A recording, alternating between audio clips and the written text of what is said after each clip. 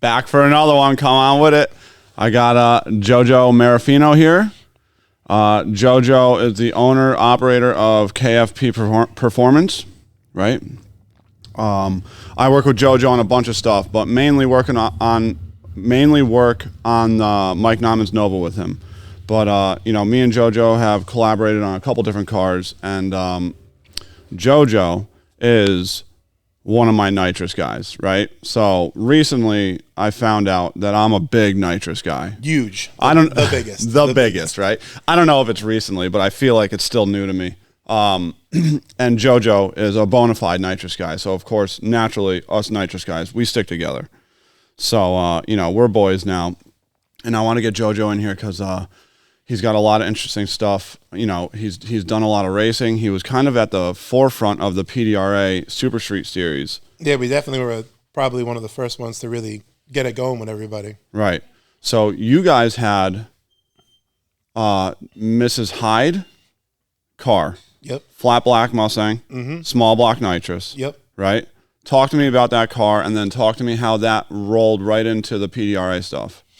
So before all that, I had what got me into racing was my Firebird that I miss just about every day. What year Firebird? I had a 68 Firebird. Oh. I used to, I bought it from a guy I worked with, and it was a real, even when I raced it, it was a hoopty. Was it the white one? Yeah. I seen pictures of it. Yeah. Why? It wasn't nice? No, it wasn't like a stock front end in it. It was like an older build that, Nova Joe ended up putting a cage in, only because he didn't. I'm convinced he did it because he didn't want to see me die in it. And ultimately, I did crash it racing. Won the race, but that was its demise, and that's honestly how it had to go out because I would still have it to this day, and it wouldn't. It definitely was not what I needed for my racing. Right. But So, are you one of those guys that gets extremely attached to a car? No. Well, because that car, yes. You're telling me the Firebird you were attached with it, and then the Hyde car I know for a fact you were super attached to that because you kept bringing that thing back from the dead. Yeah. I mean, sometimes you got to bounce it off the wall and then put it back together with your friends, It's like slapping electronic, you know what I mean? You got to slap it to make sure it works still. Sometimes it needs the reset button pushed the hard way. Yeah. But so then I bought that car, the Mustang, and in two or 3 weeks we took all the stuff out of the Firebird, put it in the Mustang. I had a stock block at the time that we raced it all over. We campaigned it as the fastest stock block at the time, and it honestly was. So what was the combo? Stock 350 block or 400 block? It was a stock 400 block, 23 degree dart heads on it. Diamond pistons, nothing crazy. It was all stuff you could buy. How big was the motor? It was 436 inches. Yeah. Frank, one of our friends, ended up building it for me. And we came out with it was a pump gas on motor. It would go 10.0. I wanted to go 999. I could not get it to go 999. Set it up for nitrous. Took the exhaust off, went to the track, made a motor hit. It went 999. So, sick. Yeah. So goal accomplished. Goal accomplished. And then we started spraying it from there. And then the first time I made a nitrous pass was when I was really hooked on it. I was around Joe. Joe is a big nitrous guy too. Yeah, Joe still is a big nitrous guy. Don't let him with all this blower stuff, dude. It's the turbo stuff now. He's big. He's a big no prep turbo guy now. Listen, you can look into Joe's eyes and you know he's a nitrous guy. Sometimes I look at him and he's like the dog when like you look at the old dog and you can tell like it's been through some stuff. You can look at him and you can be like, I know it's in there still. Yeah. But I put it in the Mustang and we started racing it from the get-go. I won a stock block shootout right away. At that time, it was like stock block racing was like big. There was a lot of guys that had it. How long ago was this?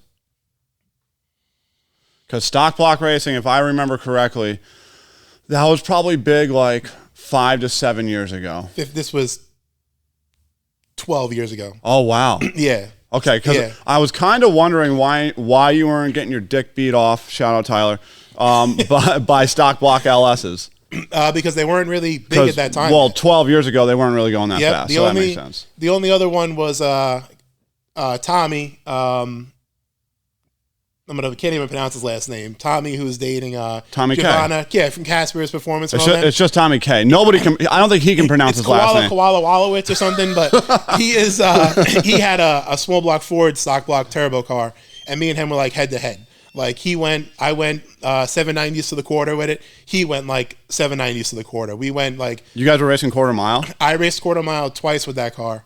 Did it blow up both times? Nope, zero. That stock block I had never blew up.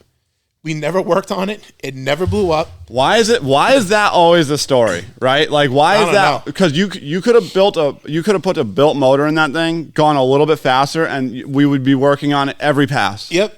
I think it's because Joe would not let me near the laptop. I think that's smart. He really kept that thing alive at the time. So carbureted grid. Single kit. What? It was so that was also my hustle too. It had a sledgehammer plate on it. Yep. We ran it as 2, but I would stip it as single system because it was 1 plate. So then you'd get to the track and guys would check it and they'd be like, "You got 4 solenoids. It's 2." You know, it was a whole thing every time. Right? Forgive my ignorance because I'm a big nitrous guy, so I probably should know this. Is the sledgehammer plate a 2-kit plate? The sledgehammer is get a little closer to the mic, please. Sorry. The sledgehammer is an NOS crosshair plate that Steve Johnson takes, flows, makes some changes to, and sells it as the sledgehammer. So it's got 2 nitrous in and 2 fuels in. So you could run it as 1 big kit with a trash can, or you could run it with 2 smaller kits, is what we did. Were they sided? Were each kit sided, or both? Nitrous went in the front and the back, and fuel comes in from the side. Got it. And then, honestly, at that time, I don't even know if I had a grid. I think I had a gold box, a 7531 with digisets. No shit. Yeah, I know the second stage was controlled by a digiset for sure before I put the Edelbrock controller in it. Digisets. That's something I've only heard stories about. Yep, dude. it definitely had a digiset in it. I don't even think the digiset timers were ever really intended for automotive use. I don't think so either. Like, I think Digiset is just a bigger company, and then some hillbilly was like, "Give me that." Yeah. I could fire up some nitrous solenoids. Yeah, I could put 6 stages on 6 of these things and have it, right. weigh 35 pounds of electronics. Why? How big are Digiset timers? They're like this big. No way. Yeah. Oh man, dude, you could probably get one off of Amazon right now that's this big for $1. I know, and it's probably digital. This was it had slot, the numbers up and down. You had to like flick them with a little screwdriver for the delay you wanted or when you wanted it to turn on. Okay, look, I'm gonna like even 12 years ago that was pretty dated shit, right? Mm-hmm. Or am I wrong? Yeah. 12 years ago was when it. They had nitrous controllers at that point. Yeah, they did. But you were just like, no, we're hitting it with digisets. Yeah, we did. The car was just. It was just. Not that it had older technology, but it just didn't have a lot of the technology in it, but it was just fast and consistent. Right. Well, that's the beauty of nitrous, right? Like, you can make a lot of power with nitrous, obviously, mm-hmm. right? But, like, the beauty of it is once you get it lined out, right? Once you get the converter, the ratios, the bar angles lined out, it's going to do that every single time. Yep. Right? Like, that is the deadliest part about the nitrous combos. Like, you go to the staging lane, you know what you're going to get. Oh, yeah. Just about every time. Things really have to go bad, in my opinion, for it to not do what it's supposed to do. I mean, beyond the weirdo shit, like a digiset timer doesn't go off or, whatever, right? Yeah, but generally speaking, that's really the appeal. Obviously, the other appeal is it can be really fucking light because there's nothing in it. Yeah. You literally have a motor, a nitrous bottle, and that's it, right? You don't have turbos and blowers hanging off. Yeah, my Mustang with me in it, when it was all steel, all glass, before that was even a thing too. Right. It was probably all steel, all glass because you couldn't afford it. Because that's how I bought it. Yeah, it was all steel, all glass. That's how I bought it. With me in it, and it was like in the 26s. I put some Lexette in it and did some stuff, and then it was like in the 25s. Well, how cut was it? It was cut. It was it definitely like the doors you could grab, and it was like a sheet in the wind. Right. It had, real fenders on it, though. It had a glass trunk and a fiberglass hood. How fast did it end up going? In stock block, it went 508 or 509 with the stock block in it. I feel like that's really fast for a stock block. It definitely was. Like I said, Tommy was the only other one at the time that was like right on my heels with it. Everyone else like was very far off, So it was, but there was another one, Kevin, with the non.net Nova. He was also super fast too. What were the words that you just said? So like the .net guys. Yeah. Kevin, when they had his Nova, at the time of them, they were nobody wanted to race them. No one wanted to race the .net guys. So they said we joked around. It was Kevin with the .net non.net Nova. Okay. We called it. And he was Jeremy built his stuff at the time too, and he was just as fast also. So it really depended on who had the light or whose day it was or who was going to win. So it was a lot of fun racing. Even though you were just racing the two same cars. There was a lot of cars in the class, but in the end, like when you got down to finals, it was me and Kevin. Okay. So where does it go from there? Where does that Mustang go from there? Because that Mustang's got a whole story. Yeah, from there I honestly stopped. I lost a little bit of interest in it. We were racing the other car, the SM we had. We raced for a while, and then I really liked the no clock small block class. I knew we couldn't race two cars. It was just going to be too hard. So we put efforts together and we made the black car into Mz Hyde. When did it get the name Mz Hyde? Right now? Yeah, this is when it got it. Yeah, when she started to drive it, that's when we named it Mz Hyde. Got it. And then it had an 18-degree motor that was sort of by BES, sort of by Jeremy. It was kind of like repaired by BES and freshened, so it wasn't in a cam change, so it wasn't totally his. It was still Jeremy's. Right. We got it from my buddy Joe Alanya, and we just started racing it. We started going to the no clock races and radial racing at this point. Yeah, radial racing. Yep. Yeah. We went to Georgia with it, which was like our first race with the car out of the box. Did you update the electronics at this point? Yeah, it had a grid race pack. By then it had grid race pack. Oh, some state-of-the-art shit. 2 wideband O2 sensors. Get out of town. One on each side, yep. Wow. So that's when it really started. Wait. It had a race pack. So were you behind the car hitting the button? I was, yes, I did do the button. You were the button guy. If I'm not going to drive it, I had to have some sort of job, I'm going to be honest. I've never once started a race pack button. You do an RPM. Yeah, you can. I never understood it because you can parameter start them. Yeah, but that's not as cool.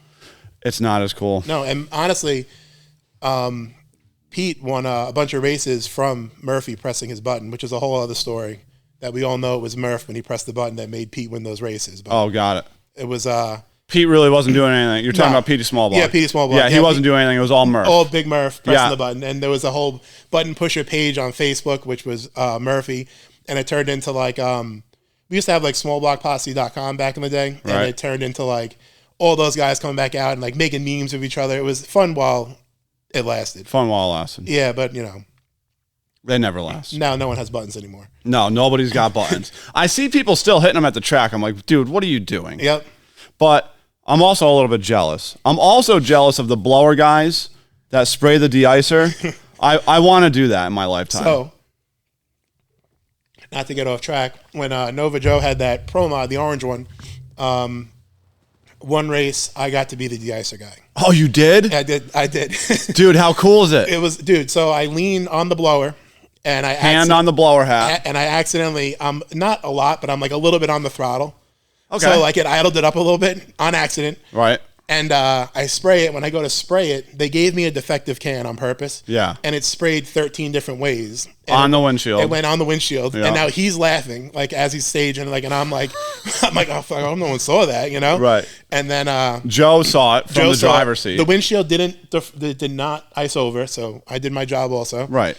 And so that was that. So to this day, it's still a funny story. So you only did it once and they fired you immediately. I got like that race out of it, and then they're probably like, yeah, you're not cut for it. You're not cut for it. You're not limber enough. No, my hand was too big. It was on the throttle. He's like, I got the reach, dude. Yeah, you don't have to lean. You could just reach from the front and spray it in. Yeah, I'm gonna one of these days I'm gonna do it. Yeah. I think Justin Lear said I could do it to his car. There you go. I really just want to whack the throttle a couple of times. Yeah, I feel like you got to be in the car for that. I don't know. When I watch like Slemmy and them do it from the outside, it still looks fun. What, while they're on the Pro Jacks or something? Yeah, warm it up in the pits and they whack it. Still looks like fun. It does look like fun. I have no interest in driving cars, but like a screw or a roots blower. You'll make a lap in? I don't even really want to. I just feel like if somebody was like, yo, go take it for a rip, like I have to. Yeah. You know what I mean? Like, hey man, like go ahead. I'd be like, damn, I really don't want to do this, but like it'd be un-American not to. Yeah. I always said I just want to do a burnout. Dude, Nova Joe told me like how those things burn out. He's like you're less than 5% throttle, and he's like you could burn out literally the 8th mile if you wanted to. Yep. And I'm like, damn, that's awesome. I mean, that's not really that crazy, right? Because even a turbo car, like once you get it rolling, we're not talking about those on this podcast. Oh, I'm sorry. Yeah, no, we'll do blowers, but we're not Blowers as far as we go. As far as we go, yeah. You know why? Because blowers, you can still have zoomies. It's true. Yeah. Yep. Okay, fine. Right? So then you guys are doing the no clock, small block stuff. Yep, and we kind of were like one of the first cars with that too, like, and that started getting going, and then what did it do? It attracted money. Faster cars, bigger cars. You had, we would run her up to either Ricky Fox or Glennie Buckler every race. Right. We could never turn on the last win light. We get to the finals, oh great, we're racing Ricky Fox. We'll just go get our second place prize money now. You know? Yeah. We don't need to put it in the beams. yeah, we don't even have to. Yeah, right. yeah. So we started doing that, and then we raced X275 for a little bit. The car went 440s. How long? What year are you talking about? Because X275 moved fast. 440s at one point would have won you races. 440s when everyone was going like 20s. Okay. Yeah, so we were off the pace. We were just doing it because we didn't have to change the car. We were at minimum weight. The car was race ready with driver. The car was 2350 or 2375, so we had to do nothing to it. Right. So we went and raced it. And we had a lot of fun. And then John Sears said, don't make too many drastic changes. Like, we're putting together something with small tires. It's going to be a slick tire class. Basically like X Ultra, but meant for, they always say the little people. But it was, like the less budget guys, the guys that are coming in second and third, and stuff like that. But he posted the rules, and I'm like, oh, I like this. I'm like, I think we can definitely be competitive. Now, I haven't been on a slick in... So you're talking right now about PDRA Super Street. Yeah. And how long ago was this started? This was probably like 4 years ago when it first came out, right? Right. Right, they're in the third season? I mean, I wasn't involved in it at the very conception of it like you were. I don't even think we really even knew each other at that point, right? We did not. We knew each other when I did the Fuel Tech switch. When you put it on Fuel Tech, yep, we got linked up, then the car came here. But I only started racing Super Street with the Shallows 2 years ago. Yeah. Right? So... And it was 2 years before that. So, 4 years. 4 years ago. This will be the fifth year. So, the slick was, I was like, oh, we're going to bolt slicks on this thing. We're going 450s. And then you put the slick on, and you forgot how to slick tire. Dude. And it took a while to remember, but we definitely got a handle on it. At the time, the first race, we went to the finals, and the car spun for God knows. That car was possessed, man. Wow. And it spun for no reason. I changed nothing. Oh, and it spun it. I don't know if 60 feet. I don't know if that car is specific to that, dude. It's so funny, right? Like the beginning of my career was all slicks, right? Mm-hmm. Like we didn't have radial. We didn't go to the track. It was just street racing shit. So I'm familiar with how to run a 28-10-5. And then you start running radials for a while, right? And you're like, this is sick. You go way faster, right? And you really quickly forget when you switch back. Because everybody has the same story. They're like, oh, PDRA Super Street. And then you look at the rule set and you're like, dude, I'm about to go out there and go 440. Yeah. Right? Yep. And you're barely going 490s. Yep. Right? You spend like 2 whole events knocking the tire, not even leaving. And it looks like it's going 4.0 out there, because it's all over the racetrack. It's, it's dancing around. So. And you got these combos like to the max. Yep. Like it's almost hard to explain to somebody like Moto's car is a great example. I think Moto's car has been teens, right? Yep. If not, I'm pretty sure it went like a 417 and almost in the exact same trim as far as horsepower is concerned. Like it goes 60s. Yep. You know what I mean? And like he wins championships. So it's like, yeah, it's gnarly. I don't know. Like I think it's just running a slick tire on a prep track. That 28-10-5 is just really hard to keep it happy. Yeah, because everyone always said it was, it wasn't prepped. It was prepped. It wasn't no prep out there. It wasn't radio, but it was definitely glued up. It wasn't like you had to really put power in to get some wheel speed, Here's the thing though. I don't think if you brought any of those cars to like Georgia to like lights out, like where it's like flypaper racetrack, I don't think you'd do any better. No. I don't think that amount of glue helps a 28-10-5. Nope, I don't think so either. You know what I mean? Yep. So like we would, like when you go to these PDRA races and you're talking to the Super Street guys, they're like, damn, the prep sucks, and you're like, yeah, I think that's probably working in our favor. Yeah, that's ideal. Yeah, I mean, there was some times where like I remember the last year at MIR, it was like the track was like 145 degrees and there was like bald spots. Like, okay, that's a little Yeah. that's a little extreme, right? But generally speaking, and especially, PDRA is mainly just big slick tires, like they all just run in the same groove. But when you get on those little tires, you have the ability to move the car around on the racetrack. I think people forget that with every type of racing, the racetrack just is not in the center. No. You could always offset it one way or the other way, So I think people forget about that too, and like, oh, it's bald. Yeah, well, that's because 12 cars went down. And move it over 8 inches, and you're good to go. Yeah, that is one of the things that I value the most out of you when we work with Naman's car, right? Right, because like we all have our jobs, and there's a lot going on, and everybody's busy, right? So for me to be able to go up there and confidently pick a spot, and if like Jojo knows, like, dude, I'm a fucking nervous wreck at races, right? Like when we go to the staging lanes, like. You won't be able to tell unless you really know me, but like my heart rate's like 150. Yeah. I look at you, I'm like, we're good. Yeah. You made the right. We're good. Take a breath. We're all right. We're good. Jojo, you think we should move that way? And he'd be like, dude, we're good. We're good. And then like a car would go out there, kick the tire, and like Jojo would be like across the lanes. I'd look at him, and he'd be like, dude, fucking relax. And I'm like, all right. And we were always good. Yep. Like very rarely do we miss on that deal. That car is special. You think so? I don't know what it is. Maybe we all are just on point with it, but that thing is. That car's got a lot of laps, dude. Unbeatable. That car's got a lot of laps. Yeah, the thing about that car is you have to outrun it. Yep. We're never going to be, knock on wood. I probably just ruined the whole season for us. Just ruined everything. Yeah. Call Mike, tell him we're taking this one off. Yeah. That's it. Derek jinxed it. Jinxed it. Yeah, I mean, you're going to have to outrun us, right? Because very rarely will we beat ourselves. We've had some dumb mistakes, as every team does, right? We've had just like random backfires. The fucking rocker arm got left loose. That, not from the engine builder. Yeah. It wasn't anybody's fault. We should have checked it. And it's just one of those situations, right? That last race, and I tell anyone I talk to, was the most. We needed that to humble us. It was. Sometimes you need a weekend like that where you look back and like, man, anyone could suck any day. So it was definitely a humbling. We worked our asses off, and it was. Well, let's talk about that race because I kind of ruined it for us. I didn't ruin it. I may have had a part in ruining it, but I didn't ruin the whole thing.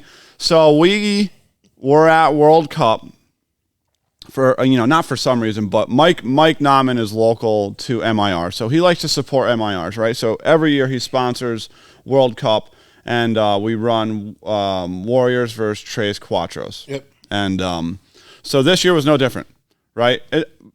Except we were the only nitrous car that put jet in the car for World Cup. No.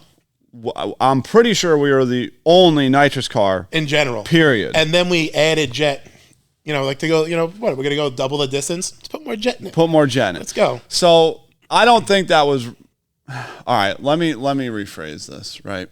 We had just come off the Warriors series, right? Yep. We ran all this past year, and we didn't hurt it a single time. Yep. And it went fast every time it went out, right? Yep, just normal maintenance. Just normal maintenance. I don't ever think we even put a set of pistons in it, right? Nope, we just just a couple of rings. Right. Yep. And, so we normally run the thing, like I told you on the last podcast, it's a 632 10-2 deck single kit, right? And I think we typically run a 56 jet in it, right? But honestly, I got to be honest with you, it was just as fast on a 52. Right, like there's a restriction somewhere. I'm pretty sure it's the motor, but whatever. So it's got a 56 jet in it. We run the whole Warrior series, and we kick ass. Yep. We fucking beat the dick off. You couldn't tell us one thing. Yeah. It was 135 track at temp. Everyone's spinning. That thing goes 104. Right. Yep. It's cold out at night. It goes it goes 102 to 104. Right. Anytime. Right. And that's where we shine with that car is daytime eliminations, because that car will go down and go what it's got to go every single time. It doesn't fall off.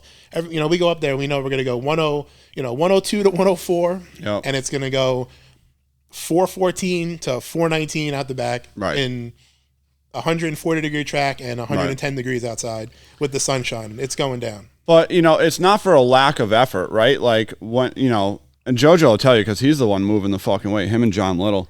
But when it goes from day to night, like we swing 100 pounds in the car. Yeah. You know? So like, Easy. and that was really where we shined with this last year's Warriors race, Warriors season, right? Because like we would get eliminations in the daytime sometimes, just the way the schedule laid out, and you know, we're under there, we're doing shock settings, ride heights, we're four links, 100 pounds of weight from the front, middle, back, high, low, crank center line. Yeah, we're moving everything, and then these other guys, we're looking over, they're just drinking beers.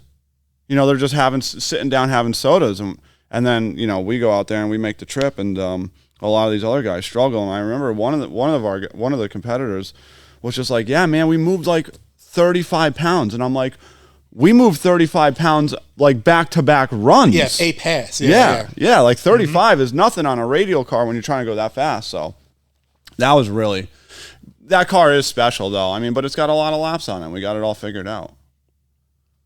So let's, from your perspective, what was it, US Street? Mm-hmm.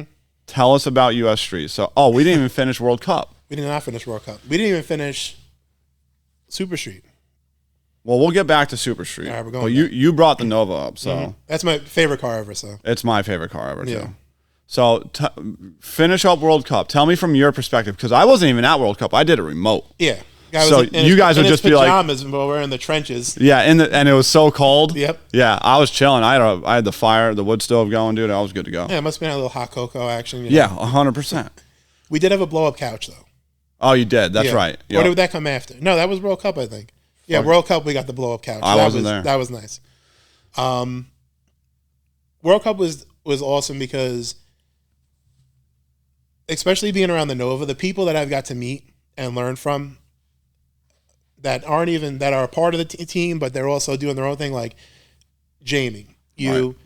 Steve Petty, Tim Davis, everyone that I get to work with are guys that I always looked up to, like, oh, I want to do that. And sometimes I have to be like, I sort of kind of am doing that, to my own degree, No, you're definitely doing it. So it's definitely really cool to be able to work with those guys, become friends with these people, and then continue to learn, and then them share information with you. Yeah. Because they're all wealths of knowledge, Yeah. So that part is, I've learned more this year than I've probably learned in the past 3 years. Oh, no shit. Yeah. Really? Yep. That's cool to hear. So every time, like, Tim comes over and he says something, even if he's joking around, he's got information coming out from somewhere, or how he reads the racetrack versus how I read the racetrack, or... You guys read the racetrack pretty similar. Yeah. He definitely read it similar. Just what he kind of looks for, and then what I kind of look for, and kind of put it all together. Or, it's sunny out, but where are, what are the UV rays? It's all the UV rays. It's all relative, because it makes sense that the sun could be out, but if the index is low, the track is not going to be as greasy, and right. It could be cloudy, but it could be high and it could be greasy. So I get all aspects of it, Right. So I definitely learned a lot this year, which I'm super thankful for. Yeah, this year was sick, dude. Yeah, we had a good year. We had a great year. We had a good time. Yeah. And then I ruined it all having a second kid. I'm just joking. That was a joke. Jesus Christ, dude. Your wife watches this? She'll hear this, yeah, for sure. You know why? Because somebody will clip it, and it'll be all over the internet. I'm gonna clip it. Actually. Yeah, I know. You'll be on the couch. It's not gonna be somebody. It's gonna be you. Well, it's a good thing you didn't come, because when you come, you have to sit in the bathroom because you can't have anyone in his peripheral. So, come on, man. It's weird when there's somebody there, and I got to look at the camera, and then there's a person, and I lock eyes with the person. It gets weird, dude. So yeah, we went to World Cup as we always do. This is a winning car, right? We just won a bunch of races. We won a championship, right? World Cup was at the end of the season, right? November 3rd, it usually is. Yep. And we roll the thing out right off the trailer. It's fast. Goes like a 16 or something. Mm-hmm. Oh no, yeah, we're running quarter. We took gear out. Oh yeah, we did. And it seemed to like it. Right. Overall. Yep.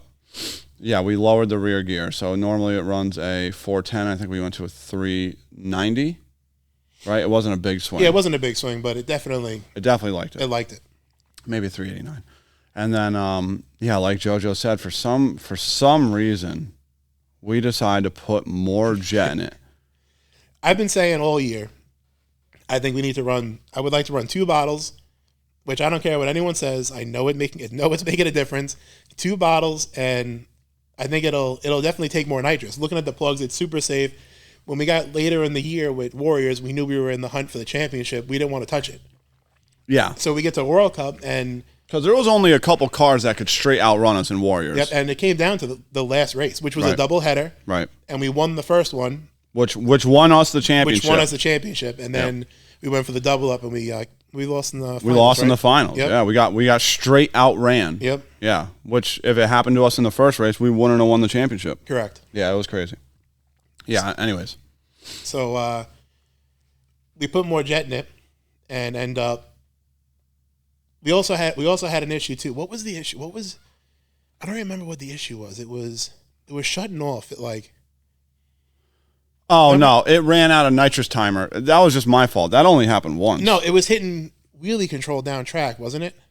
And it was pulling the timing. It was something stupid where I was pulling a bunch of timing out down track, and it was the bump that MIR says doesn't exist, but it clearly does exist. It definitely exists. So our car catches air off of it. Yeah.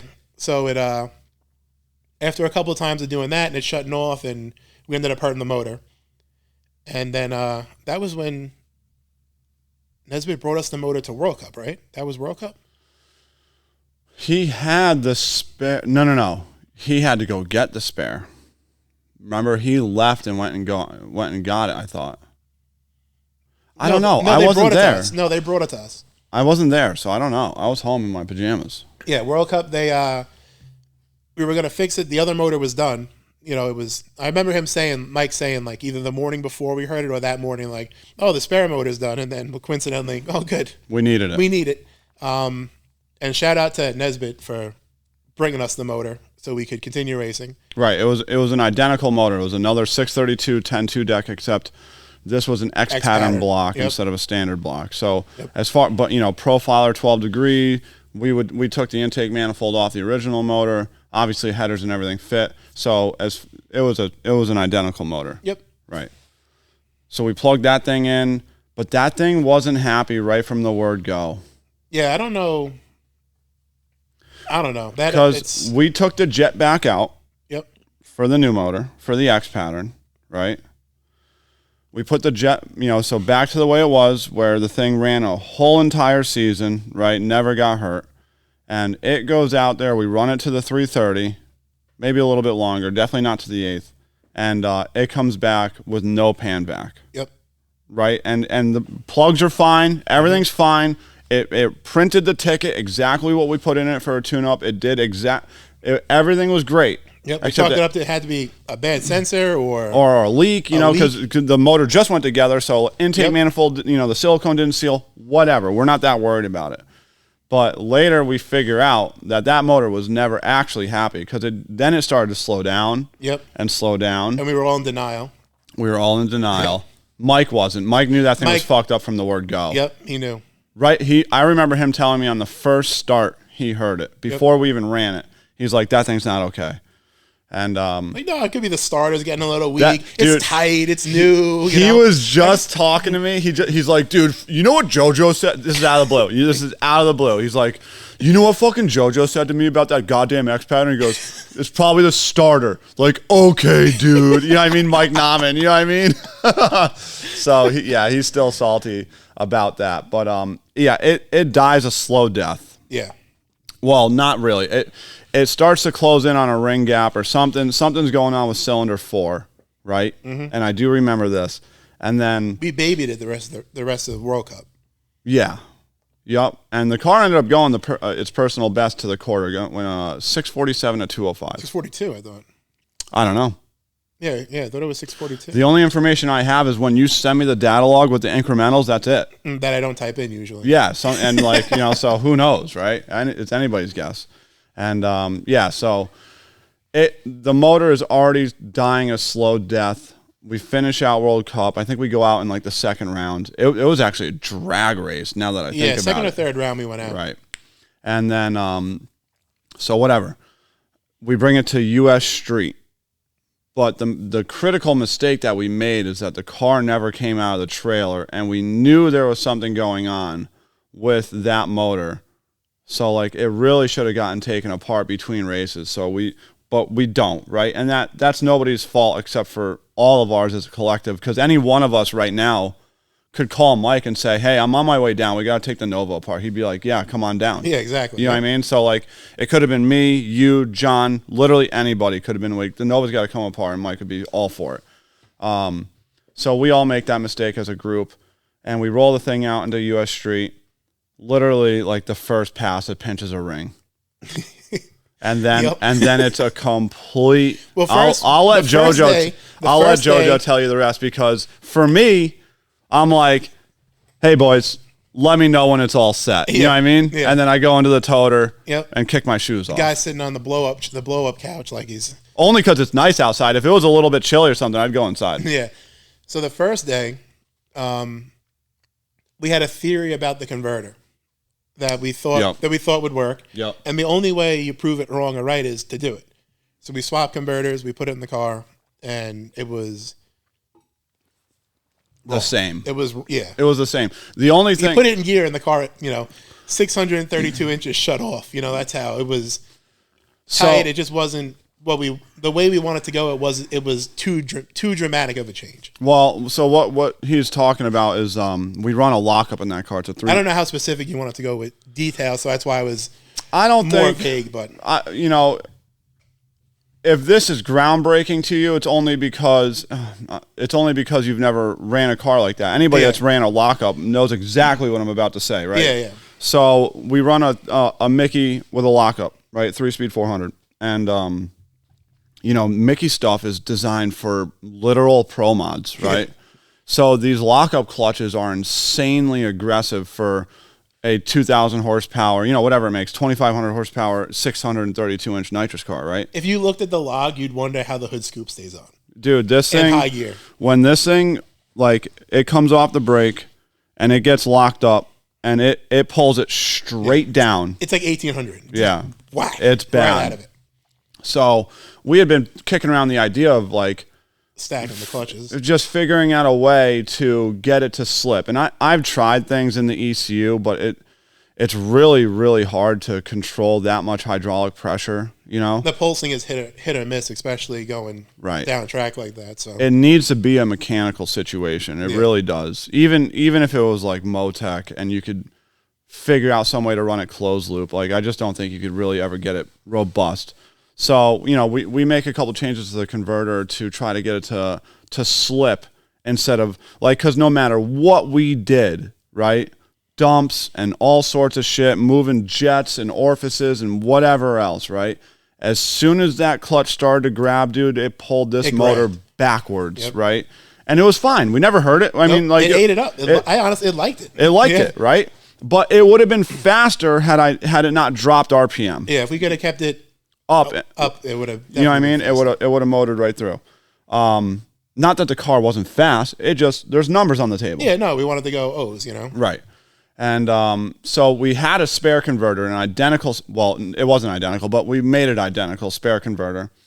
And the problem is that when you put a brand new lockup in it, like, it needs to get broken in. Everything's got to get to know each other. It's got to rub. Right. Make some shavings. Yeah, exactly. So, dude, we put the new converter in and we put it in gear, and it takes it from like a 1,600 RPM idle to stalls it. Yeah, I instantly hated Derek. Yeah. It stalled, and I was like, oh, we're going to be doing this again. Yeah, and we did. It's not hard to work on. It's just a whole transmission has to come out. Exactly. Yeah, we just lost We lost like 2 runs. Yeah. Right, so go on. Tell them the rest of the story. So then the next morning, we put the converter back in. The original converter. Yep. And we go out and we make a rip. Mm-hmm. And I think it was good. But no, Mike was convinced the whole time the motor was blown up. He was right. He was right, but the whole time, and then we're all trying to, no, it could be this, it could be that. I'm still convinced it's the starter. But it could have been. It wasn't. It was not the starter. It was. It was blown up the whole time. So we end up hurting the motor. Yep. No, ultimately, we decided that the motor was hurt. Decided it was hurt, yeah. I don't think it ever got hurt worse. You know what I mean? Yeah. It was just... It just got to a point, I'm like, all right, this thing's clearly hurt. It's coming out. So we swap motors. Back to the OG. So the OG, After it got hurt at World Cup, it went to Nesbitt to get refreshed. Yep. Now we have possession of it, and it's ready to go. It's brand new. So we think. It's ready to rock. Right. And we wait, no, didn't it? We heard it. What? The OG motor. Yeah, well, you want me to take over? I'll tell you exactly how it went down. I was in a blur of taking engines apart. Okay, so we roll it out. We roll it out to US Street. We do the converter flam, right? Nets us nothing. We go back to the original converter. We start running the second motor that we put in it at World Cup, and we all decide collectively that new motor is messed up. So now we swap back into we swap the original motor that we did the whole 2024 year back into the car. Yep. Right? So we're putting old Trusty back in, right? And we're all hyped about it. We're like, this thing's an absolute unit. Like, let's put the old girl back together. You know what I mean? Get the band back together. And we go out there. So mind you, John, Jojo, and Mike's son, Jake, are thrashing on this car, right? I'm talking, there's fucking cylinder heads and headers and shit all over the place. And you've heard me talk about Mike's shit. Mike has nice shit, and he likes to make sure it stays nice. The nicest of the nice. Everything is clean. It's all snap-on. Everything matches. Right. If we need it, he buys it. He buys two of them. That's why I love racing with him, because he's just as about it as we are. He's more about it than we are. And he is, no matter what we listen to as music, he's into it. No matter what we're doing and working on it, we heard it, we're all having fun, and he's into it. You know, if we need it, he buys it, and if we want it, he gets it. You know? I mean, really, the only thing, his only really rule, and it's a super easy rule to live by, treat his shit like it's your shit. Yep. Like, if you see a piece of trash on the ground, just clean it up. If you see somebody spilled a little bit of coffee on the counter, just wipe it up. It's basically cleaning up after Derek. That's not true. Just follow Derek around. That's not true. Pick up his cigarette butts. You know why it's not true is because I have the most free time. Yeah. Well, especially at that race, I have the most free time. Yeah. Okay, so anyways, the OG motor goes back in it. She probably thought I was messing with her. I'm like, yeah, we're swapping motors. Yeah, we're putting pistons in it. Yeah, I'm swapping motors again. Yeah, dude.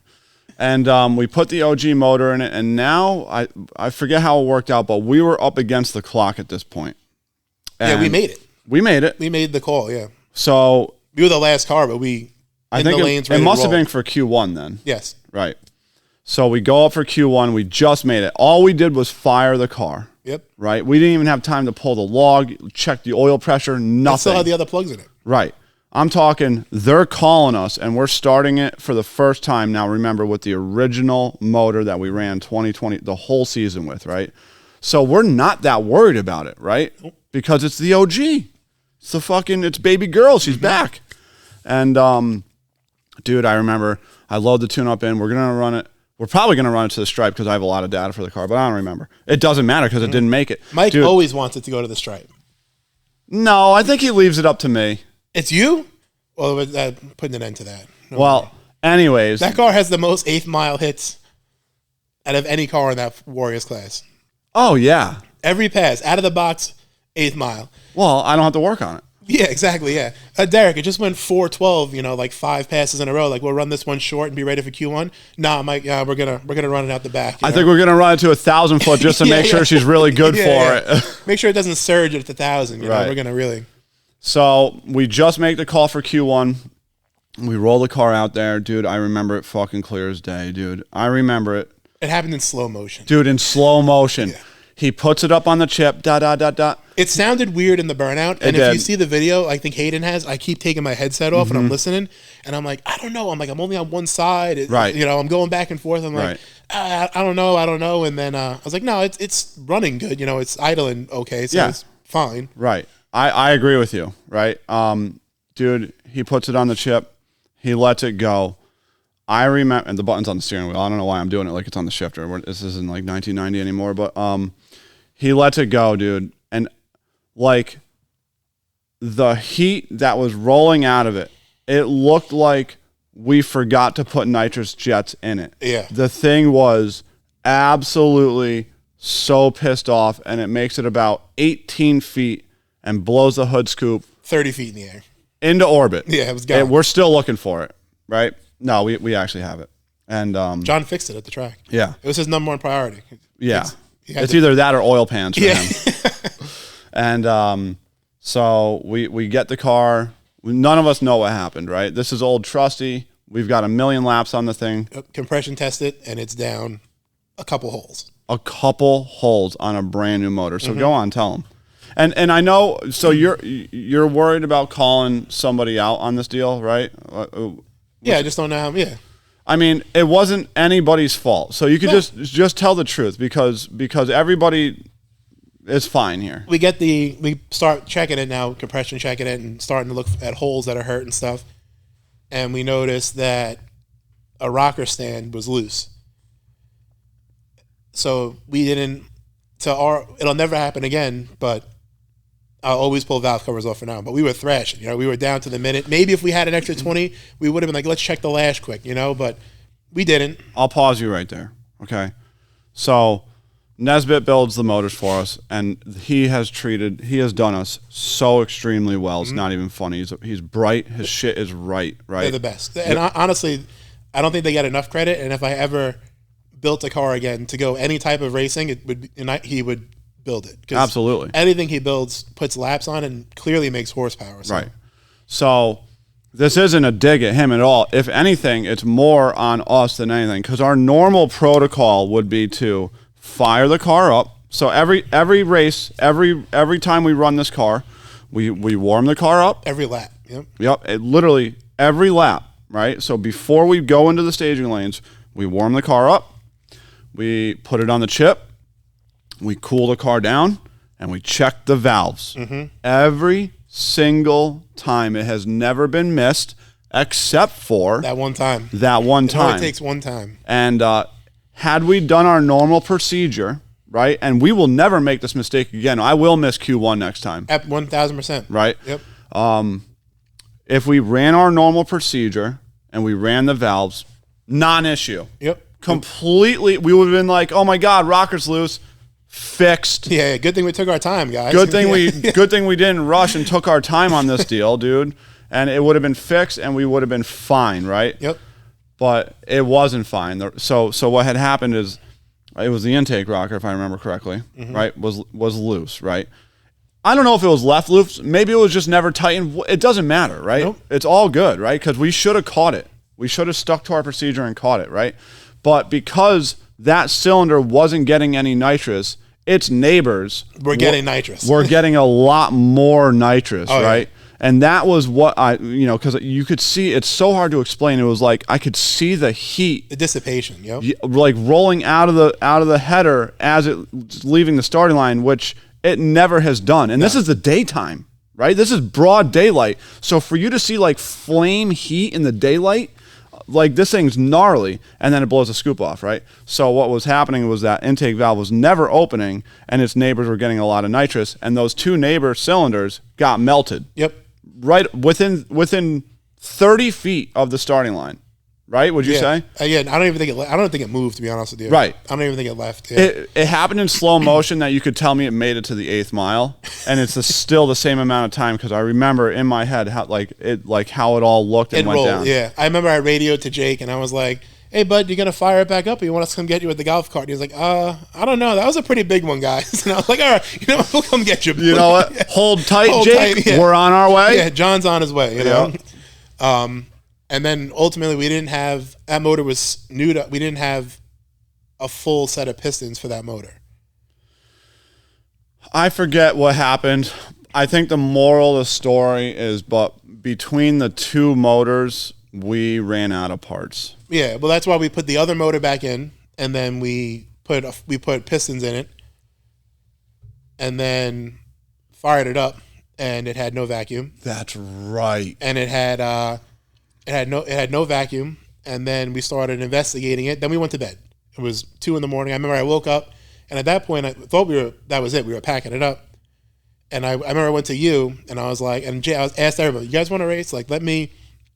I went and told Mike, I was like, "I want to pull the motor apart solo. Let me pull it apart and look at it." I remember the further we got into it, it had more carnage than we could repair, and we tried. We were like, we taking heads from one motor, putting it on another motor, and changing springs. And now we got 2 very expensive motors, parts everywhere. We ran out of tables. We needed more tables. You know, you could have anybody could have walked up and walked away with like a cylinder head or something crazy. It was so vast, right? From the back of the trailer to all the way to the front, we had shit everywhere. I mean, so the rig is like 96 feet. Yeah, I bet 85 of it was used up for parts of 2 motors in a car. All very organized because Mike's got the little bins and stuff, and he's big on the organization and stuff, which makes it easy to then put it all back together. Yeah, 100%. But there was shit. I remember I looked, and they just look at all the carnage like you're doing. You're like, how much more of this are we gonna do? And then I remember saying to Mike, I was like, dude, like this is. Well, you said it to me. Yeah, you said it to me, and I was already thinking it, right? So like I don't know. I feel like me and Mike are really close on a personal level, right? I talk to Mike every single day. I don't know how he tolerates you the way he does, but yeah, well, he does, right? So Jojo comes up to me and he's like, "Hey, man, I don't think this is worth it." And I go, "Jojo, it's not worth it. It wasn't worth it. The last motor. Yeah, you know? it's not worth it." And we race those races for fun. There's no points for us. We're racing 632, outlaw 632. Yeah, so it's a slick tire class. You know, we're the only radial car. Right. We're heavy. You know, it's not. We're not. I mean, we're competitive. Yeah, actually, to be honest with you, we won it the last year. Yep. Yeah, and then we went to the finals in the other one. Yep. Yeah, so I don't know why we're saying we're not competitive, but you know what I'm saying. It's not. We don't race that competitive. Like we don't race it. It's not a series for us, right? So it's to get out of New York and Maryland when it's cold up here. Yeah, because it's January and December. Go down to Bradenton, see everyone and race. Right, and we're very thankful that Mike's even willing to do that because we're super eager. You know, go to Florida in December. Mm-hmm. Yeah, yep, I'm going. Yep, and so Jojo comes up to me and he's like, "Dude, I don't think it's worth it." And I'm like, "I'm 10 steps ahead of you, right?" So I remember this is some gangster shit. It's gonna make Mike look like an asshole, but I wasn't gonna say it. I know. I'm to gonna this day, say it's my favorite quote anyone has ever told me. So go ahead, tell it. So I tell him, I go, "Mike, I don't think it's worth it. I think you should pull the plug. Like we got a really nice fucking race car and a whole lot of parts completely blown apart on this fucking property right now." There's another one. Oh, that one was bad. There's you know, at the end of the day, there's 100,000 in engine parts everywhere. Right. You know, it looked like that guy that sells all the parts at the races and he covers everything with a tarp at the end. Yeah. That's what our pit looked like. Yeah, we ran out of tables. We had cookie sheets everywhere. We were laying parts on. There was heads here, heads there. It was carnage. And I love the working part. Like I truly enjoy it, especially at the track. Like it gets me going to know like we slammed that thing together and now we're gonna go and we're gonna win a race. Like I love that aspect of it. Mm-hmm. But at some point, it was the first time ever in my life I looked and I was like, I don't think this one's gonna work out for us. No, it you know, I'm not like a religious person at all. Yeah, right? Someone didn't want us to race that. I remember saying that. Someone did not want us to race that race. There was a force beyond our ability to comprehend preventing us from racing that car. Yep. Anytime my car wrecked, something happened that we ignored or pushed through to make that pass that ultimately meant nothing. Right. And both times we ended up wrecking it. PDRA when we crashed at Maple Grove, we just got there, we set up, it was super hot. There was cars wrecking at that race, left and right. There was more wrecks in that first day of testing than there was probably all year. This is the Hyde car you're talking about. Yeah. Yeah. And we well, hold on. Let's not get off track. All right.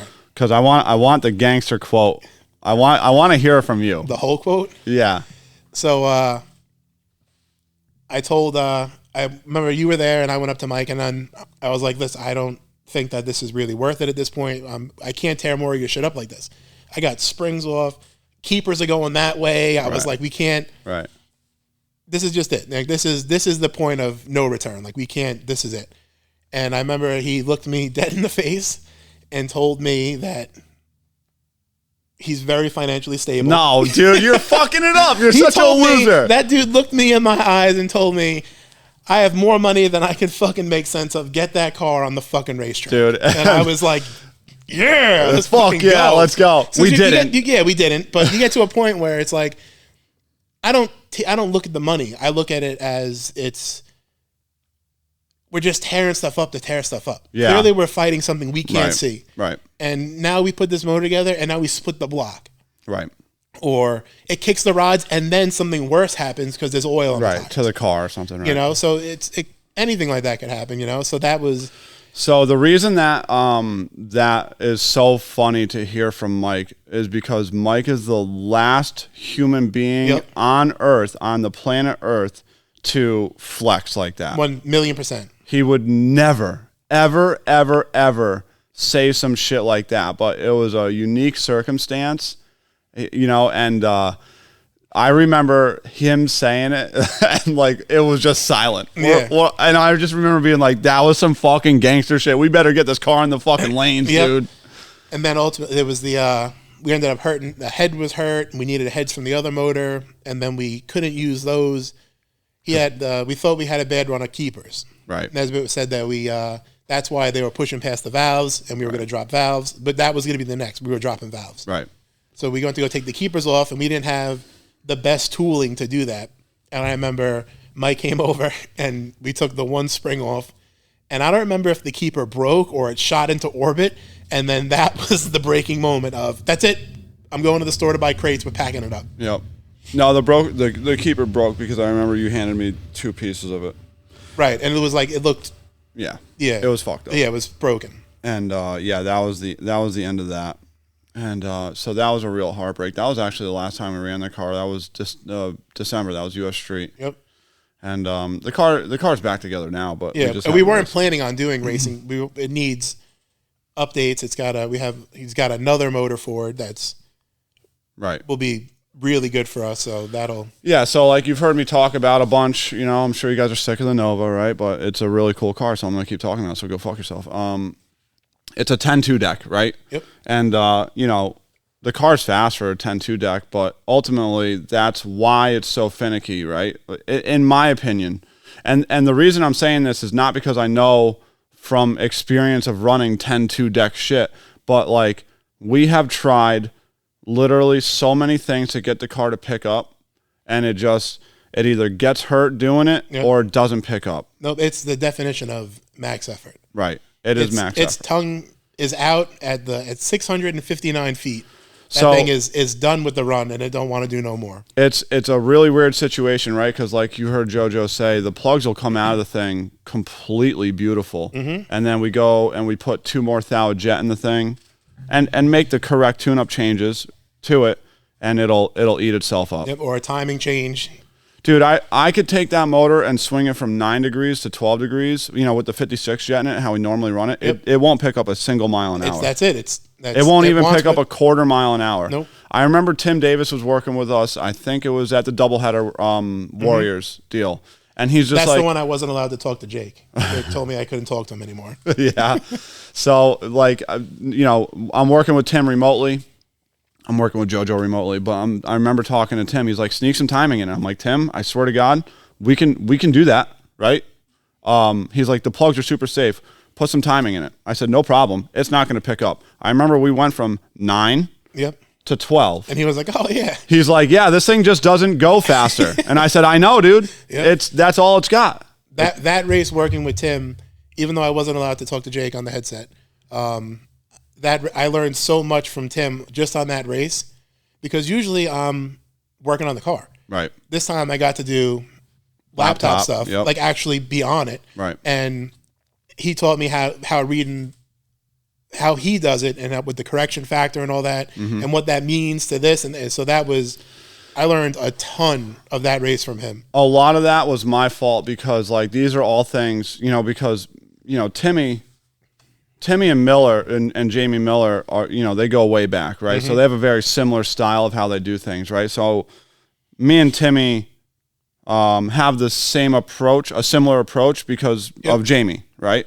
And so these are all things that I would do when I'm there, right? I would be looking at correction factor, and I don't put, you know, and my fault, like I never really told you I was doing these things, right? Yeah. So when I'm gone, right? Like now you got to learn it from Timmy, where you should have learned it from me. You know what I mean? And but yeah, so sorry, bud. It's all right. Timmy got me. Timmy got you. So yeah, So now the car is going to, what size is the deck height that we're putting in? 11 inch or 10.7? No, it's 11. It's 11 inch. I think it's, yeah, either way. We're putting in a taller deck height, which, again, I don't think that's the answer. I think no, a 5 inch is the answer. A 5 inch board space. So right now it's a 484 board space, 484 10.2 deck, 632. And I really do think it needs to be a 5 inch. But the rules for Warriors at least are pretty shitty. You're not allowed to run a lockup with a 5 inch. Yeah, and I think if we put a 5 inch in it, I think then the rules are going to start changing around the 5 inches. Because I think we can not only are get we the 5 inch to run where it's supposed to run. Oh, I have no doubt. And I think that's a lot of the guys put the 5 inch, not a lot, but they have 5 inches because then they don't have to work on it as much. But this end of the day, you're working on everything, and it should be faster. I think the rules right now favor a 5 inch. No, I disagree because we have to be 2,900 and no lockup. Oh, I didn't know the no lockup. So I think we can get it to run up front. I have no doubt in that. Yeah. Right? Because I forgot about the no lockup. Yeah. So the Warriors rule says if you run a 5 inch bore space, you can't run a lockup. It's got to be 2,900. With the 484, we're able to run a lockup, and we can be 2725. Yeah, which the car is heavy anyway. Right. The car's over that, but not by a ton. No. We would definitely have to add weight to run 2,900. So let's not, let's not get that fucked up. Yeah, 100 and something pounds. Right. So I do think we would end up getting, even at 2,900 unlocked, I do think we would end up running up front because we would just work really fucking hard, and Mike would provide us with the best hardware he can afford, right? Yep. And but it just doesn't make sense because if we were tried to run LDR, we would have to put a lockup in it and take all that weight back out because LDR allows you to be like 2650 with a lockup. Yeah, it's the cars at a weird crossroad. It's either really, really step it up and go LDR or kind of keep it where it's at and race the Warriors, Yeah, I mean, so this is a conversation that I have with a lot of customers, because me and Mike talk a lot, and it's just like, what do you want to do? Right? And that is the hardest question to answer when you're building a car, in my opinion, right? Unless you're building it for, well, even Mike struggles with this question, right? Because like, it's just hard to set a car up for a very specific set of rules, and then that's all you can do with the car. Yep. Right. So that's where we're at with the car. Yeah, I agree with you. I want him to build a different car. I want him to build a different car. I would love to keep the Nova as like an all steel, put it back to all steel, all glass, and go and mess around with that stuff, and then build a car that's more set up for LDR that we have to put a lot of weight in to make weight, but we put it where we want it. Right. Yeah, it's yeah, man, I don't know. What would you have him build? Another nitrous car or a blower car? I think I would love to do a blower car, but like a big Pro Charger on it, but I think nitrous. Yeah. Yeah. The nitrous cars run an LDR. Yeah. Yeah. Well, I mean, look at Rivera's car. Right. I mean, so Joe Rivera, another customer of mine, has a 748-inch, 5-inch bore, 2650. Which wasn't a crazy funded budget. It was, like us. It was very blue-collar. Guy worked and pours it in. And Rivera, dude, yeah. I mean, he had enough money to have a really nice car, but his, it wasn't an unlimited budget by any stretch of the imagination. Nope. It was a 69, or maybe it was a 68 Camaro, 748-inch, 5-inch bore space, 3-speed with a lockup, 2 kits of nitrous. And the car, we ran it in LDR and it would go 4.0s, right? And it went 4.0s and we never, ever worked on it. We never heard it, right? So I'm pretty confident we could go deep 90s, right? If we wanted to like get sporty with it. And when you're talking about LDR at like Cecil, like that wins races. That definitely wins races. It's when you go to Georgia and Alabama and that radial tire outlaw stuff that then you got to go. Then you got to go deep 80s. into the 80s. Yeah. Right. That's but Joe he didn't have like a super nice motor. No. It just worked really good. So yeah, that's his car was like the big brother to my Firebird. Oh yeah. Yeah. Joe's. So it ended up getting wrecked, and It was a rough weekend for you. that was a rough weekend. Should I tell him about that weekend? Yeah, we could have went 3 for 3. I was in. Were you with me? Yeah, we were. Oh yeah, because we were MIR. running Mike's car, right? Yep. So we were in Virginia. We were at VMP, and I had Naman's car at VMP, and I had another Nitrous customer, Shallow. Lou Shallow and Matt Shallow at VMP, and I had Joe Rivera At Cecil Racing Points. at Cecil running LDR, and I was obviously working on his stuff remotely, and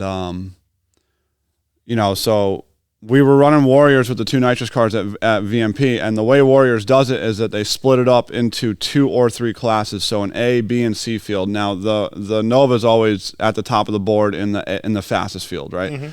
Mm-hmm. And then the way it laid out is that the Shallows were the top of the board for Number 1 in the B, yeah. Number 1 for the B field, Yep. right? So, so we end qualifying, whatever, Friday night, and I got On top of the world. I got Mike Nauman sitting number 1 qualifier in the A field. I got Lou Shallow sitting number 1 qualifier in the B field, and I got Joe Rivera sitting number 1 qualifier at LDR and Cecil. Right?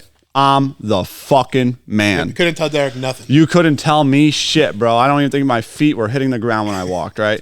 And I wake up Saturday morning, and come to find out, somebody in the A field was 600 pounds Yep. underweight. And they knew they weren't going to race. Right. And instead of pulling it or whatever, they just were there. I get it at the same time, but. I get it, right? So because somebody in the A field gets disqualified, Yep. It puts puts Lou Shallow as the last qualifier in the A field. in our first round. So now I got to run my 2 customers in the first round. So obviously lose out, right? And so I'm like, damn, that sucks, right? And then we get the phone call that In the lanes, we were getting ready to go. We were getting ready to go, and we get the call that Joe had banged his car up. He was fine, and I don't know if he wants to really talk about that, but it was scary, right? But he was okay. And then so I'm like, damn, 2 out of my 3 are out, From right? hero to 0. Right, and then it gets worse. Yeah. Then I think we go either to the finals or the semifinals with Mike's, and we just get a random backfire. Yep. Just it loses sync with the crank signal. No crazy flames or nothing. It was just like It went shut off. It was on the chip. It goes da da da da poof. Yep. And just off, and we lose. And I was on suicide watch that night. Yeah, you were. That was a tough deal for me. I was really, really upset. Yeah, but that's one of those situations where, like, dude, shit changes so quickly. Like, you think you got it, and you don't. You're not even close. And everything, something will always humble us. Your head was getting a little too big. Yeah, You're too tall. It can't be that big. You'd be bobbling. The universe corrected itself. It did. Yep. Yeah, for sure. The universe give it, and the universe takes it. Yeah, that's for sure. Do you want to talk about PDRA Super Street, because we got super derailed on that? Oh yeah. So we go to the first race. So now we're back to the Hyde car. Yeah. Yep. So I'm friends with Ron Rhodes. You never want to be in a class with that guy. No. Ever. You could be pulling wagons. You don't want to go pumpkin picking with that guy because he's gonna win. So I remember the rules. His combo wasn't gonna be allowed. What was his combo at the time? It was a like small block. It was a 500 inch small block deal. Lockup training, 3-speed. Yep. So you couldn't have a lockup, and there was a 480 or 85 inch cap for a small block. Well, those rules were put into place after Ron. Ron didn't show up illegal, did he? No. So he showed up. Yep. To race the first race, and he was told he can race. Yep. But no one in PDRA ever amended the rules. So now you have all the racers, like, he's not supposed to, his combo's not legal. It just wasn't on paper. Yep. But it takes 2 seconds to edit, Right. So that's one of the things about class racing that aggravates me. You let a new combo in, and we saw it in PDRA almost every race. A new combo comes in. Right. Like with Sam Vincent's car. Yeah, with the firewall. That makes zero difference. I get it. It helps in the bad weather, in the greasy track, engines back, great. At the end of the day, it means literally nothing for the most part. but it was in the rules that it couldn't be there. Yeah. It could say your car can't be yellow, and if your car is yellow, it can't race. Right. That's how I look at it.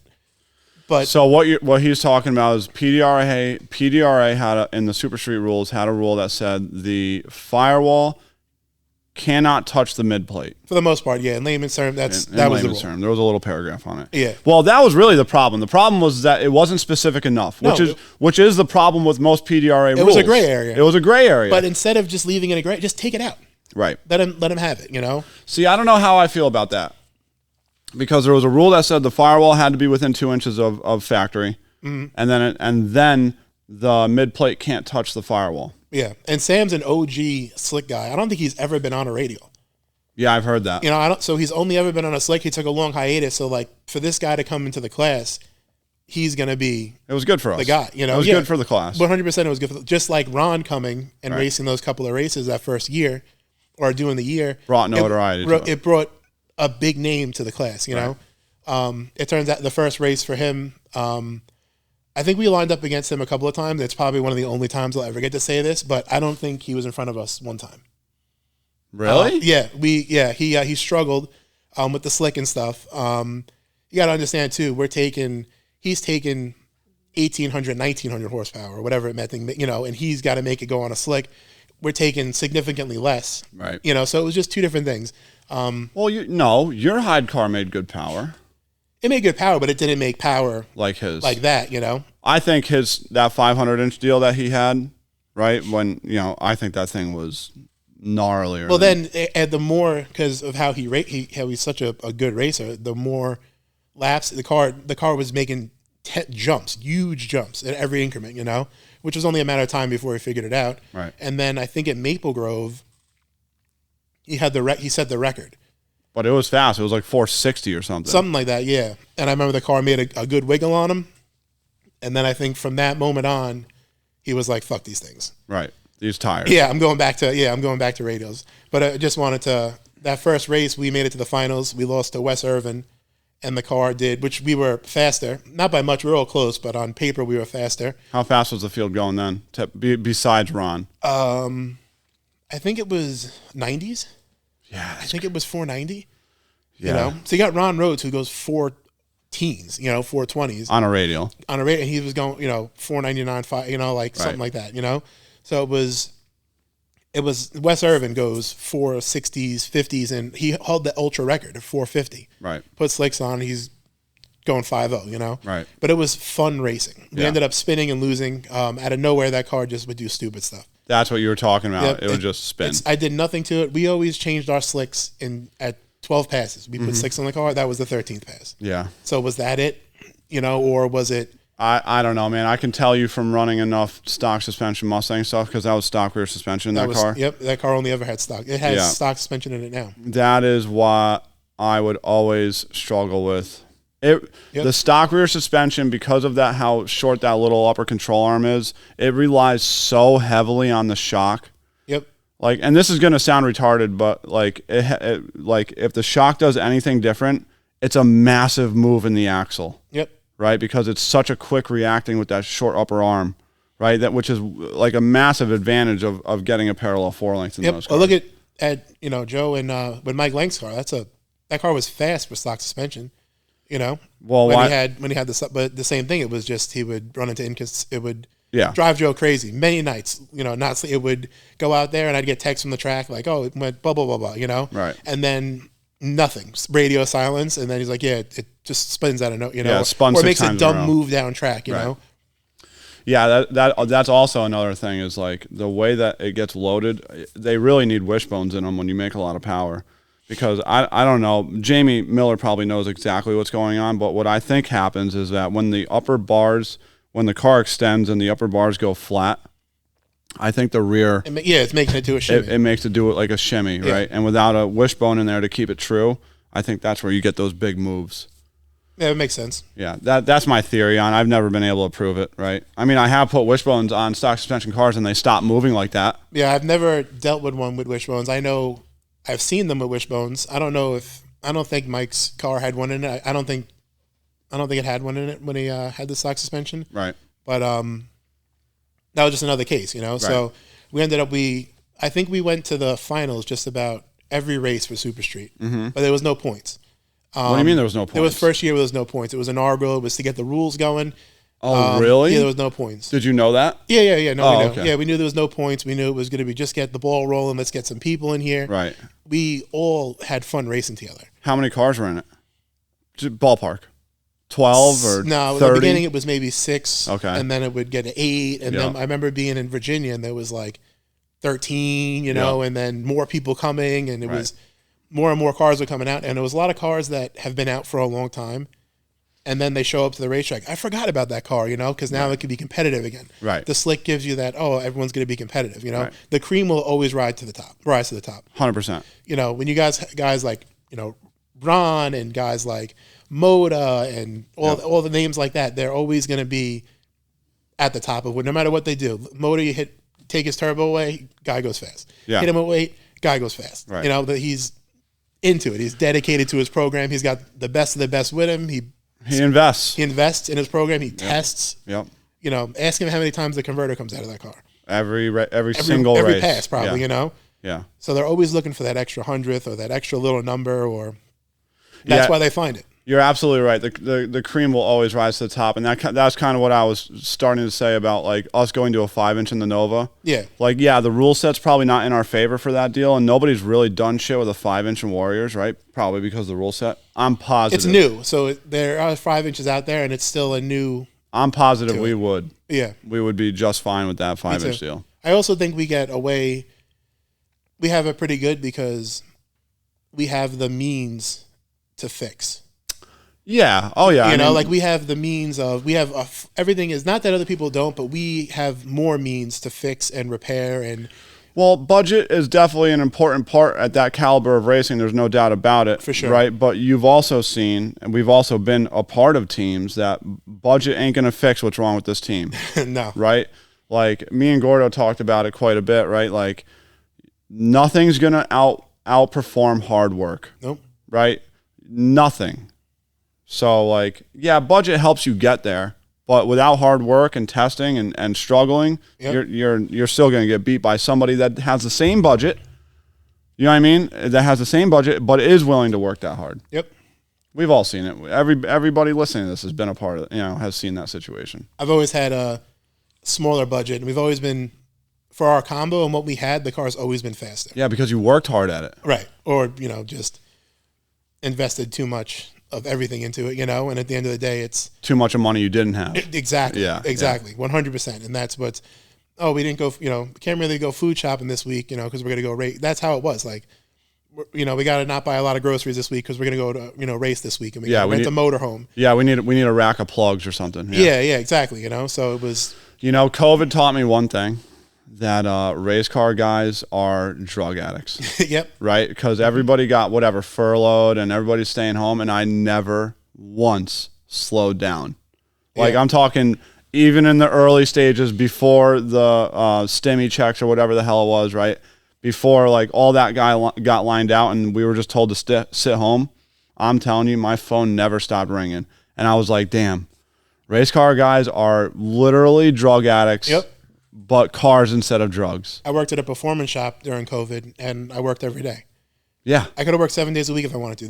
That place was every day new people pulling in, because people were sitting home, researching stuff, looking at stuff. They have this car in the garage. They're getting a stimulus check, you know, and all this stuff. And well, I did see a lot of that after everything started to kind of get figured out, and like the unemployment got figured out and the stimulus checks got figured out. I did see a lot of cars with the same story of like, yeah, man, like I've been building this car for 4 years, never had time to finish it. Now I'm just sitting at home. Yeah, got 3 months. And so I finished it. And I must have tuned, you know, a couple dozen cars that were finished that way. Yeah, we went to, we got our new motor from a place.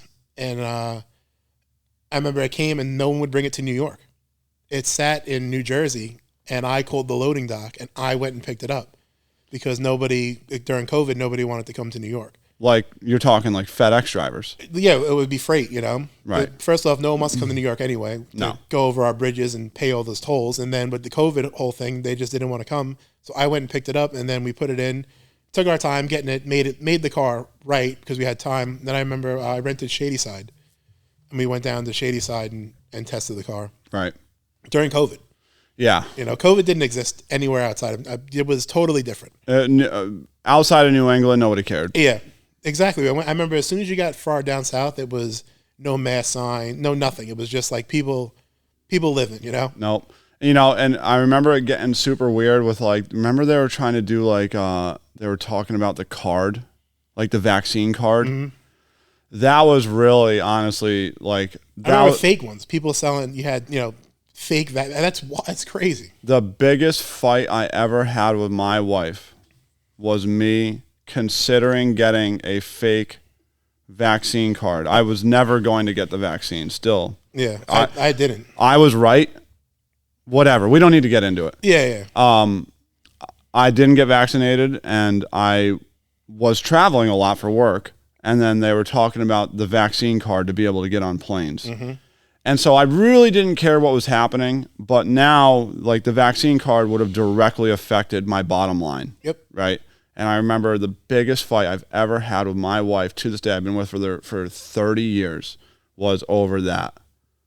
And she was just like, yeah, whatever. We don't, she was like, why don't you just get the vaccine? I'm like, I'm not. That she's first name, last name in your phone. First name, last name is still maiden name. Government, her maiden name. Yeah. Yeah, well, I'm a weirdo like that. What do you want me to tell you?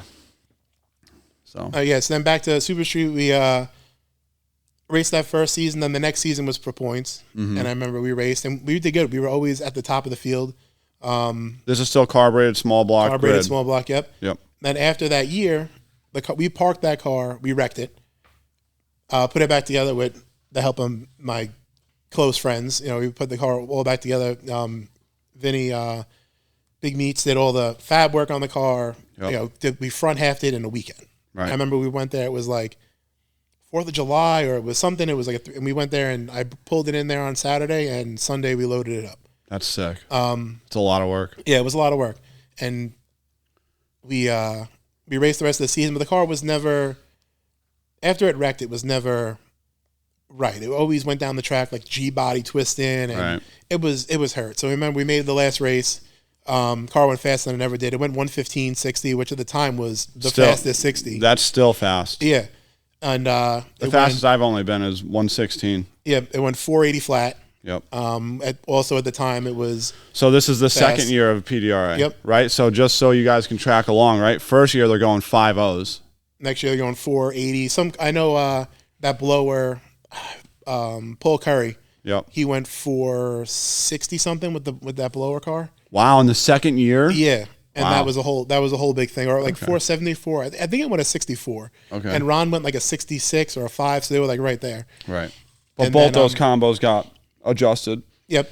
They do a very good job at parity in the class, Yeah, the parity's there. Yeah. So 5.0s first year, 480 second year, third year. And we would have went 70s, but the car went 700 feet instead of 660 because it was all over the track. Yeah, just from not being right. I remember I had people texting me and don't stop racing it. Yeah, don't wreck that. And I remember I asked her, I was like, do you feel comfortable? And the driver of the car. Yeah, and I don't think she was ever comfortable in the car, but it was as long as that was all that mattered, So do you feel safe? Yes. Okay, then let's go race. So I remember the third year. So the second year, everybody's going 80s. A couple outliers. I wasn't involved. At the end of the third year is when I started racing with Lou. So I didn't. That was it for us. We pulled the car apart. Pulled it apart, running the best it ever was. Carbureted still. I remember we went to PRI, and on the way home from PRI, my buddy Greg he used to work at SC Gaskets. Okay. He was like I just met him buying gaskets, and then ended up getting a sponsorship. Sick. So then from there, he called me. He's like, hey, let me know if you're interested about putting a fuel tech on your car. I work for Fuel Tech now. Sick. So I was like, hell yeah. Gave me a smoking deal. Would you have gone, was putting it to fuel injection, on your radar? No, I was back half in the car, fixing it up, making it a little bit better. I'm saying not putting a 9-inch. You still had an 8.8. If putting a 9-inch in it. If money wasn't an issue, would you have preferred it fuel injected? Because I have my thoughts on this. I don't think so. I think that car, if you have a good carburetor, I don't think you're getting a performance advantage. Maybe, No. like with fine tuning, yes. Right. But if you have we had a good running carburetor, Right. and I don't think you can put anything over a carb that just runs good. It idled good. It was never loaded up. It was always right, you know? Right. And I don't think we were going to pick up anything with fuel injection. I think it kind of fell into our lap, and everything we took out of the car to sell, we ended up getting way more for than the fuel injection costed us. Right, because you got such a deal on it. Yeah, like a smoking deal. And I met you because my buddy Greg was helping me, and he ended up passing. Did I ever know him? No, you never met him. He was from Georgia and stuff, but we talked daily. Right. And he ended up passing, and then he was helping me with the tuning aspect and figuring out maps and stuff. And then I'm pretty sure Joe pushed me. Nova Joe. To come up here. Yeah, but I met you before I met Nova Joe. Yeah, so like you didn't know really any of us. No, for the most I part. knew Tyler. Yeah, we just knew you had some guy with a dyno, Right. that wasn't in Georgia, know. Right. So I remember I came up here, and then that's when we really met, when I came up here for the first time and put the car on the dyno. Yep. Yeah, that was sick. I remember that day. This car shows up, typical story, right? Like, I don't know this guy. I think Tyler DeSantis gave me a heads up, like, yo, my boy's bringing you a shit. Yeah, yeah. I'm like, okay, cool, right? And it shows up. He shows up in a fucking a Duramax dually, a beautiful trailer. He rolls this hot rod out. Piece of shit car. It's a tall deck, small block, a bunch of nitrous, 18 degree. I'm like, I love every single. What do you want to start with? I don't know. I figured we start with 48s. Yeah. So and then I don't know Jojo, right? So like you always got to feel around, right? You always, and I'm like, what do you want to do? And he's like, I don't know. We'll start with a 48 jet. And I'm like, this is my guy. Yeah. I'm like, this is the guy I want to hang out with. And the car made a lot of power. I had a sponsorship from Diamond. God. Oh, you did? Oh yeah. Mike Panetta has been a friend of mine for many years through racing and just being a friend. Right. So I've only ever used. Well, why are you saying you got a Diamond, a piston sponsor like we hurt the thing? We didn't hurt the thing. No, we didn't. No, but I'm just saying, we heard it a lot. We worked on that thing like it was a 959 in a pro mod. Right. But it's because we were spraying a lot and trying to go fast. Right. It wasn't because we were doing it on purpose or because we sucked. Most of the time, it was trying to go fast, trying to run up front with a smaller motor and do what we had to do. Not the craziest cylinder heads. Yeah, I mean. Yeah, no, it was very basic. Right. Yeah, and then so Jojo brings me the car on Fuel Tech. It has a good day. I think it left here. It was just like a little laundry list of bullshit changes. I think we were gonna go. Yeah, I wired the nitrous, something with the nitrous. You wanted me to move the way I wired it or something like that. So it was. Yeah, I forget how. Yeah. And then the car, you guys. That's kind of when you parted it out. Yeah, that was it. Yeah, then life happened. And the trigger wheel is what the killer was. I put the 12 magnet on it. Right. It had a four magnet with a cam sync. Yep, that was it. I put a 12 magnet on it, and then the car was ready to race at that point. I had Vinny again re-backed half the whole car. Did some new stuff, did some stuff in the front. Like it was going to be ready to rock and be a front runner in the class. Right. And just life happens, and the car got sold. And the new owner is just starting to come back out with it. Oh, cool. So I don't think, and no one's going to know. I won't say anything about who it is and stuff, but it'll be cool I'll know, at least it'll be cool to see it out. And he's got a good tuner down there? He's going to primarily do, he went to Fuel Tech with it. Oh, cool. And he's primarily going to do it. And I talked to him about stuff, how I did it. I know that motor like the back of my hand. Right. So I know what even though you never raced it, fuel injected, you still are very familiar with that deal. Books and notes on that car. So I write everything down. Right. So I told him I would help him out with it too. Sick. So what's next for you? What's on the horizon? Tell me about it. I got I think this year is going to be a good year for as far as more track work.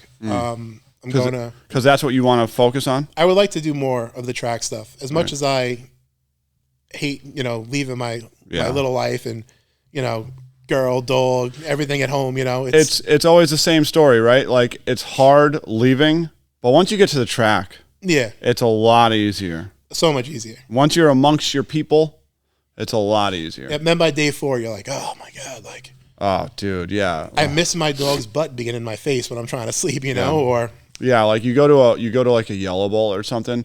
Yellow Bowl, we're there on a Monday, maybe a Tuesday. Yeah, I think Mike rolled up Monday. Yeah, Monday, right? And you're there Monday to Monday. Working. I work harder at the track than I do. Oh, 100%. And the conditions, yeah, I mean, it's just hot, it's cold, it's raining, whatever, right? Mm-hmm. So, yeah, it's a tough deal. I'm with all skinny people. None of you want the air conditioning on. Yeah, I get cold, man. I don't have a lot of mass to me. What do you want me to tell you? Poor Jake's got hoodies on. And yeah, dude, Jake's a champ. Yeah, he is. So, yeah, you want to do more track work? Yeah, I'm going to PDRA in the beginning of April with Shallow and you guys. Mm-hmm. Yeah, so we picked up Jojo to help us with Lou Shallow's car, at least at the beginning. I mean, the goal is, without budget in mind, is to have Jojo run the whole series with us, right? Because that's really what we need. But, it just comes down to dollar and cents. Yeah, right? and I like Lou and them, and I'll always... Right. It was fun racing with him. To this day, I have a wrench that he borrowed from me, and I never met him before. He just came over, borrowed a wrench, and he gave it back to me, and he wrote Lou's wrench on it. Yeah. And to this day, it still says it on there. Yeah, he's a loose program. Yeah, he's really fun. He's fun to race with. So Jojo's going to race with us with the Shallows in PDRA, and then Jojo's obviously going to continue to work on the Nova with Mike Nauman. Yep. And I'm going to Texas 2K in 2 weeks with Mac. Yep. So I'm really excited to get to work with him because I like him. It's a different car. It's not a nitrous big block or small block. Yeah, I don't even know what the engine's in it. All I know is it's going to be it's a VR38. VR38, yeah. It's a GTR motor, but it's an actual race car. It's got a floating axle in it and a parallel 4-link and strut front ends. Yeah, that's what people are like, oh, you know how to work, you know how to do. I'm like, it's horsepower and a certain type of suspension. Well, here's the nice part. It's got a 4-link, it's got these shocks, it's all for the most part relatively the same. Those GTR nerds, the guys that tune that, shout out Rob Harper, that's my boy, but they use fucking knock sensors. Yeah. Right? So you're not even pulling plugs, right? And your life is going to be a lot easier because you can't service those motors. They're like, if you need to do anything besides...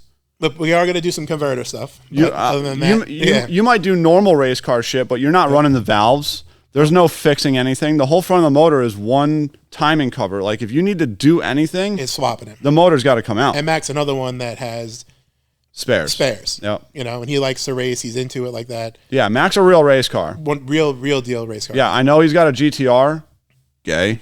Right? But Mac's a real deal race car for sure.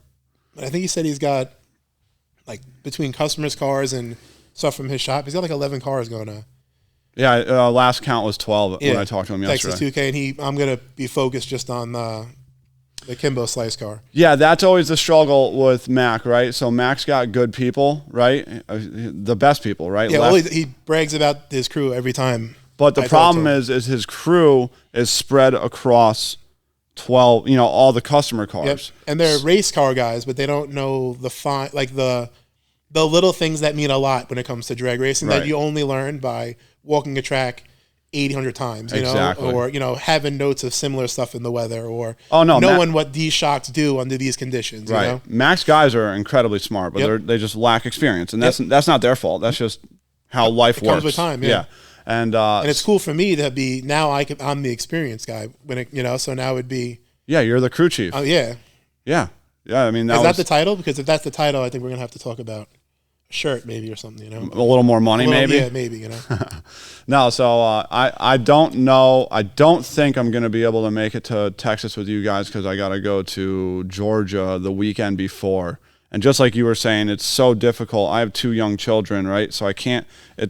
I almost think it's going to be impossible to, be gone from Wednesday to Sunday with a car in Georgia, and then literally get back on a plane Tuesday to Monday to go to Texas. That's the aspect of Jamie Miller is one of my idols. I look up to that guy so much. And if you follow him on social media, I do not envy him. I do not envy that guy's his work ethic is incredible, but his traveling. Let me rephrase that. I envy his home life, his wife and daughters and Johnny, his son. Came out perfect. Yep. Right. Like it's an amazing family, but I do not want to travel like Jamie Miller travels. Nope. I do. I hate that I have a red Yankee hat because I like Limp Bizkit. Oh, you can't wear it. And I can't even wear it to the racetrack. No, red. If you wear a red hat in the drag racing scene, you're an asshole. Yep. That's just so he did ruin that for me. I wear it not at the racetrack, but yeah, you can wear it outside of the racetrack. Yeah. But you can't if you show up to the racetrack and you're wearing a red hat and you're not directly associated with Jamie. Yeah, if it doesn't have Red Hat Mafia on it, you're an asshole. Yep, you're an asshole. I'm just gonna say it, right? Yep. All right, sick. So you're working with the shallows. You're working with Naman. You're going with Mac on the to TX2K. I have my buddy Mike O'Neill that he's the one that pushed me to do like the strongman powerlifting shit that I've been doing. Yep. Which is why you're up here today, right? No, today we're going to after we leave here, we're going to the professional bull riding at. You're not participating. No. Oh, okay. No, we're gonna watch. Okay, I'm not built. It doesn't look like I'm built for bull. I don't know, I'll wrestle man. it and maybe try to put it in a headlock. I wouldn't put it past you. I would try it probably. It needs to be a big bull though, like a donkey or something, I think bulls are bigger than donkeys typically. But I'm gonna do. I help him, so I'm gonna do some grudge racing stuff with him. Yep. He's got a small block Ford Nitrous motor. Sick. I have a couple of my good customers, like my buddy Keith. He's got a big block. These guys are just like they go to grudge races, events, and they just want to race. They just enjoy putting laps in the car.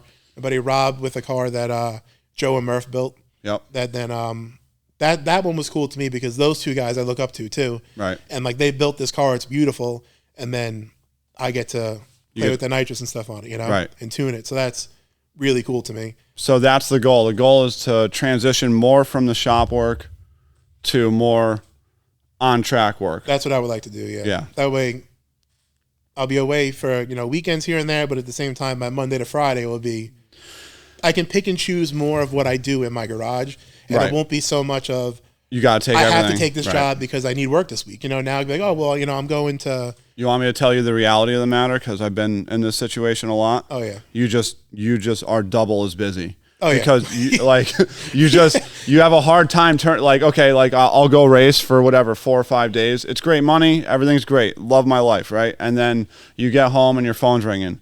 I can't just fucking turn it away. Yeah. Like, what the hell? What am I going to be doing anyways, And because, I know you're just like me. Like, after about, an hour of downtime, you're like, give me something to do. Yeah, I'm wiping the toolbox down. Right. I'm doing something, which Mike appreciates more than me working on the car. 100%. If you clean up something or, or you, wipe stuff down, or even if you just take a tool and be like, who left this dirty, and wipe it down and put it away. And it was you. Yeah, it was you.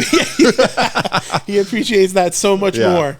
Than anything, Right. Well, that was back to the guy's got a vacuum cleaner in the trailer. And he vacuums the trailer every morning. The carpet's 20 feet long and 4 foot wide, and it gets vacuumed every single morning. Every morning, yep. You're not allowed to smoke in the trailer, nope. except he is. Except he is. Yep. And then I'll yell at him. I said, "Dude, there's no smoking in here," and he's like, "It's mine. It's mine. Fuck you, dude." Yep. So yeah, sick, dude. This was a great podcast. I had a good time. I told you it wasn't going to be weird. I'm definitely going to hate how I sound on it after. Well, you sound like an asshole no matter what. Yeah, not like that. I meant like my actual voice, but Oh, it's awful. Yeah, terrible. No, I'm just joking, dude. And especially I'm choking on gum, That was sick, dude. Thanks for coming in. No problem, man. Thanks for having me. All right, later. Later.